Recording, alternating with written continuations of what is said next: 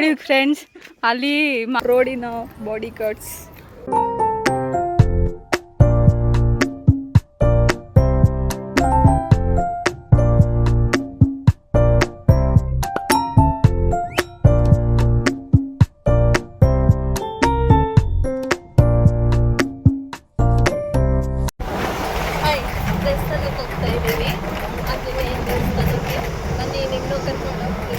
ಹೇಗಿದೆ ಅಂತ ನೋಡಿ. ನಾನು ತುಂಬ ನಂಬಿರೋ ದೇವರು ಅದು, ಅದರಿಂದನೇ ಒಂದು ನಮ್ಗೆ ಸ್ವಲ್ಪ ತುಂಬ ಒಳ್ಳೆಯದಾಗಿದೆ. ಬನ್ನಿ ತೋರಿಸ್ತೀನಿ ನಿಮಗೂ. ಪೂಜೆಗೆ ಅಂತ ಹೇಳಿ ಹಣ್ಣು ಕಾಯಿ ತೊಗೊಂಡೋಗ್ಬೇಕಂತ ಹೇಳಿ ಇಲ್ಲಿ ಮಾರ್ಕೆಟಿಗೆ ಬಂದ್ವಿ.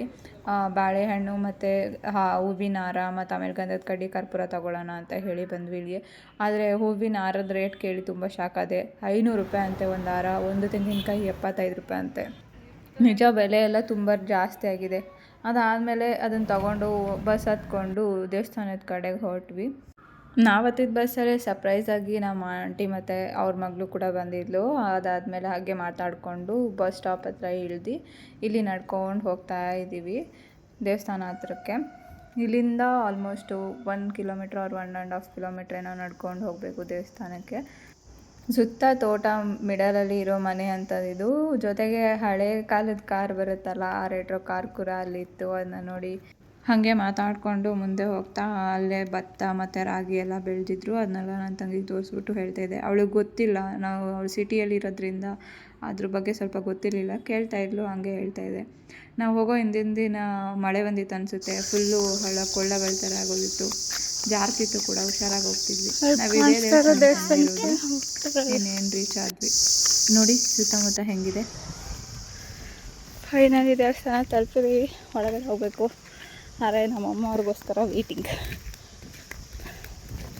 ಯಪ್ಪ, ಅಷ್ಟು ದಿನದಿಂದ ನಡ್ಕೊಬರೋದು ಸ್ವಲ್ಪ ಸುಸ್ತಾಯಿತು. ಸರಿ ಅಂತ ಹೇಳಿ ಕಾಲು ತೊಳ್ಕೊಂಬರೋಣ ಅವ್ರು ಬರೋಷ್ಟರಲ್ಲಿ ಅಂತ ಹೇಳಿ ಕಾಲು ತೊಳ್ಕೊಂಬರಕ್ಕೆ ಹೋಗ್ತಾಯಿದ್ವಿ. ಚೆನ್ನಾಗಿ ದೇವಸ್ಥಾನ ಎಲ್ಲ ಇಂಪ್ರೂವ್ ಮಾಡಿದ್ದಾರೆ. ಛತ್ರ ಏನೋ ಕಟ್ತಾ ಇದ್ದಾರಂತೆ ಅಲ್ಲಿ, ನಮ್ಮಣ್ಣ ಹೇಳ್ತಾಯಿದ್ರು. ಚೆನ್ನಾಗಿ ಇಂಪ್ರೂವ್ ಮಾಡಿದ್ದಾರೆ. ಕುತ್ಕೊಳ್ಳೋಕೆ ಜಾಗ ಮತ್ತು ನೆರಳು, ಮರ, ಗಿಡ ಎಲ್ಲ ಚೆನ್ನಾಗಿತ್ತು. ಕಾಲು ತೊಳ್ಕೊಂಡು ಬರೋಷ್ಟರಲ್ಲಿ ಅಮ್ಮನೂ ಬಂದಿದ್ದರು. ಇದು ನಮ್ಮನೆ ದೇವರು ಆದಿಲಕ್ಷ್ಮಿ ಉಚ್ಚಮ್ಮ ಅಂತ ಹೇಳಿ ಇಲ್ಲಿ ನೆಲೆಸಿದ್ದಾರೆ. ಜೊತೆಗೆ ಮಹಾಮಂಗಳಾರತಿ ಸ್ಟಾರ್ಟ್ ಆಯ್ತಂತ ಅಮ್ಮ ಕರೆದ್ರು. ಹೋಗೋಣ ಬನ್ನಿ.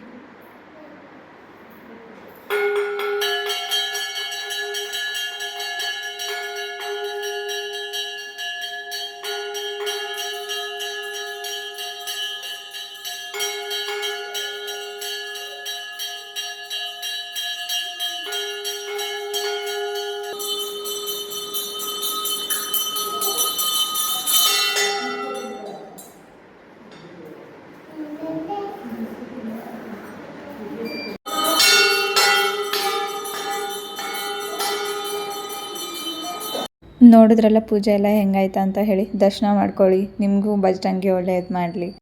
ಪೂಜೆ ಎಲ್ಲ ಆದಮೇಲೆ ಅಣ್ಣ ಮತ್ತು ನಮ್ಮಮ್ಮ ಮಾತಾಡ್ತಾಯಿದ್ರು. ಏನು ಸಮಾಚಾರ, ಹೆಂಗಿದೆ ಏನು ಅಂತ ಹೇಳಿಬಿಟ್ಟು ಎಲ್ಲ ವಿಚಾರಿಸ್ಕೊತಾ ಇದ್ರು.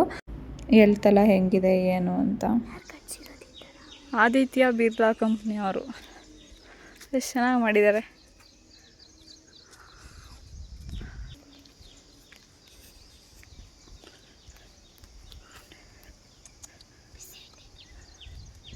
ಹೂವು ಇದ್ದಿದ್ರೆ ಕಿತ್ಕೊಳ್ಬೋದಾಯ್ತು. ಚೆನ್ನಾಗಿದೆ. ಹೋಯ್ತಾ ಇದ್ದೀವಿ ಫ್ರೆಂಡ್ಸ್ ಮನೆಗೆ. ಇಲ್ಲಿ ನಮ್ಮಮ್ಮ ನಮ್ಮ ಆಂಟಿಯರು ಹೋಯ್ತಾ ಇದ್ದಾರೆ ನೋಡಿ ಫ್ರೆಂಡ್ಸ್. ಅಲ್ಲಿ ಮಾವಿನಕಾಯಿ ಮರ ಇತ್ತು, ಚೆನ್ನಾಗಿ ಮಾವಿನಕಾಯಿ ಬಿಟ್ಟಿತ್ತಂತೂ ನಾನು ನನ್ನ ತಂಗಿ ಇಬ್ರು ಕಿತ್ಕೊಬಂದಿದ್ದೀವಿ. ಅದು ಕಳ್ತನ ಮಾಡ್ಕೊಬಂದಿದ್ದೀವಿ. ಹೆಂಗಿರುತ್ತೆ ಅಂತ ನೋಡ್ಬಿಟ್ಟು ತಿನ್ಬಿಟ್ಟು ಹೇಳ್ತೀವಿ. ಆರಾಮಾಗಿ ಇಂಥದ್ದು ಒಂದು ಎಕರೆ ಸಾಕು, ಆರಾಮಾಗಿ ಜೀವನ ನಡೆಸ್ಕೊಂಡು ಹೋಗ್ಬೋದು.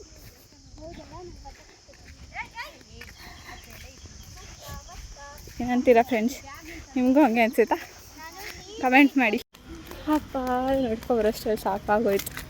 ಇಲ್ಲಿಂದ ದೇವಸ್ಥಾನಕ್ಕೆ 1-1.5 ಕಿಲೋಮೀಟ್ರ್ ಇದೆ ಪಕ್ಕ. ನಡ್ಕೊಂಡು ಬಸ್ ಸ್ಟಾಪ್ ಒಳಗಡೆ ಬರ್ತಾ ಇದ್ದೀವಿ. ರೈಲ್ವೆ ಸ್ಟೇಷನ್ ದಾಟಿ ಬಸ್ ಸ್ಟಾಪಿಗೆ ಹೋಗ್ಬೇಕು. ಹೋಗ್ತಾ ಇದ್ದೀವಿ. ಬಸ್ ಹತ್ಬಿಟ್ಟು ಸಿಗ್ತೀವಿ. ಬಾಯ್.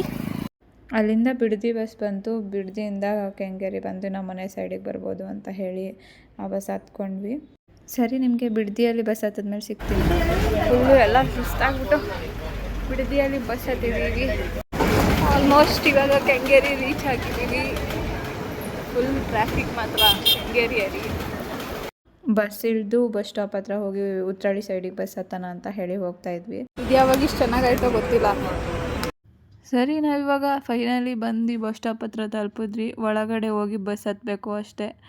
ಈ ಹೋಟ್ಲಲ್ಲಿ ಯಾವಾಗಲೂ ಅಷ್ಟೇ, ಈ ಹೋಟ್ಲಲ್ಲಿ ತಿನ್ನಕ್ಕೆ ಹೋಗೋರಿಗಿಂತ ಬಸ್ ಹತ್ತೋದಕ್ಕೆ ಹೋಗೋರೇ ಜಾಸ್ತಿ. ಇವನ್ ನಾನು ಎಷ್ಟೊಂದು ಸಲ ಹಂಗೆ ಮಾಡಿದ್ದೀನಿ.